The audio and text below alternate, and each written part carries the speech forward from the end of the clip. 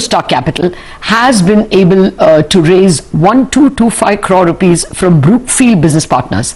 R. Sridhar, Executive Vice Chairman and CEO, IndoStar Capital Finance, joins us now. Good morning, Sridhar. Thank you very much indeed for joining us. How did you sell this proposal to Brookfield? I mean, NBFCs is not the hottest space now. See, this started in August last year when there were few large private equities were speaking to us, and it culminated into a transaction in January 31st. We announced, and subsequently we went for the regulatory approval, which came last month, and we gave a 30 days of statutory notice, and we completed the transaction yesterday. So Brookfield is a second largest in the world private equity, and they have been operating in India for a few years, and they have made an investment of about $18 billion in India. But this is the first investment in their private equity business, and it comes to our company, IndoStar. This is a growth capital of 1,225 crores. Brookfield did a stringent and a long due diligence. So this is a strong endorsement of our business model. And as we are private equity owned, non-promoter owned, this is the backing of the management and its capability, and speaks volumes about the quality of our retail franchise. Okay, that point is taken, Sridhar. This is a fructifying of an older deal which has been in the making for the past 8-10 months. But how are you looking at the field now? You will not have an ALM mismatch because you have got capital on your side. But does this mean that this opens more doors for you because the competition is limited? How are you looking at the next, FY21 from an IndoStar Capital point of view? I mean, can you see growth? Will margins be much better than before? Yeah, see, we have to only wait for the COVID to stabilize. So we are making our plans. As a company which has capital adequacy at 40%, which is one of the largest in the NBFC industry, and with a leverage of 1.5 times, we are well placed to take advantage of the future potential. And we have been in corporate lending, and we have recently diversified into retail business.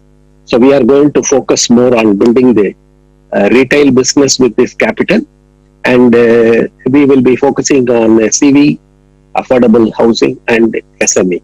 And these three have got extraordinary potential, and we would like to gain more market share in this.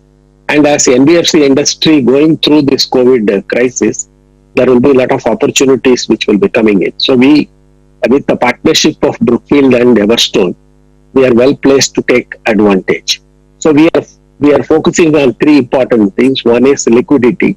So with this capital, we have enough liquidity, and the moment we have announced Brookfield partnership and equity infusion, there are large banks which have come forward to offer us debt. So I'm very hopeful that in the coming days we will be strengthening our debt also, and we are also focusing on reducing the operating expenses in the next 6 to 9 months when there is an uncertainty of growth. We are looking at it, and the third is we are focusing on asset quality.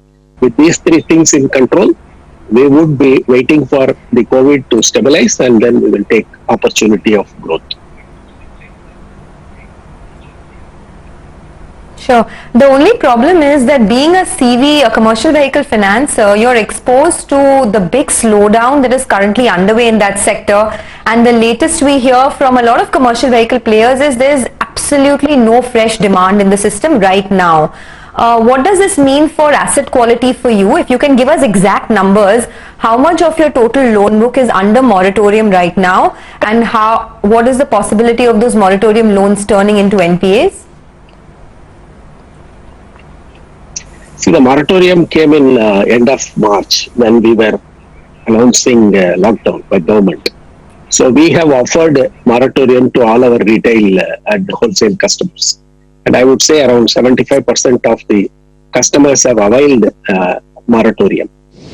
Because we are catering to truck owners who are small fleet owners, affordable housing finance customers are self-employed and assessed income, micro, small, medium enterprise. All these people are can pay by earning money, which would be depending on the economic activity. So definitely moratorium 1.0 has been very useful to the customers. So 75% have taken, 25% said we don't want moratorium. Now that the moratorium has been extended by June, July and August, this time our strategy would be different because the lockdown is getting gradually, we are exiting. We have already opened 15% of our branches. We are opening another 100 branches next week.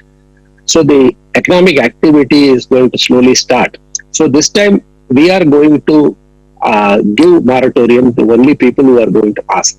Last time we have not given moratorium to people who have said that we don't want moratorium. But this time we are not going to give moratorium, but moratorium will be given only to people who are asking on a case-to-case basis. So I am hopeful that the commercial vehicle industry where the truck operations have started, they will be able to pay. Even during the period of first moratorium, 25% of the people have paid. So we will have to wait and see how this pans out. And we are very confident that those who are seeking moratorium only will be given. Other people who are confident of paying, I don't think that will increase the delinquency or the NPLs. Okay. So on asset quality, it has been deteriorating for a while. It's about 4.5% in terms of gross NPAs now. Do you foresee worsening of asset quality, and where do you see it by the end of the year? See, since moratorium has come, there is no deterioration in asset quality, and our gross NPLs have gone up to 4.5%, which used to be around 2%. Is because of few corporate loans, as well as we have bought a commercial vehicle book from India Infoline last year. And with that, around 2.5% of NPLs have come. So that is why it has been. So I don't think it will go beyond 5%. Okay, good to hear that. Thank you very much, Sridhar, for joining us, and all the very best for FY21. Well, the markets at this point in time still very, very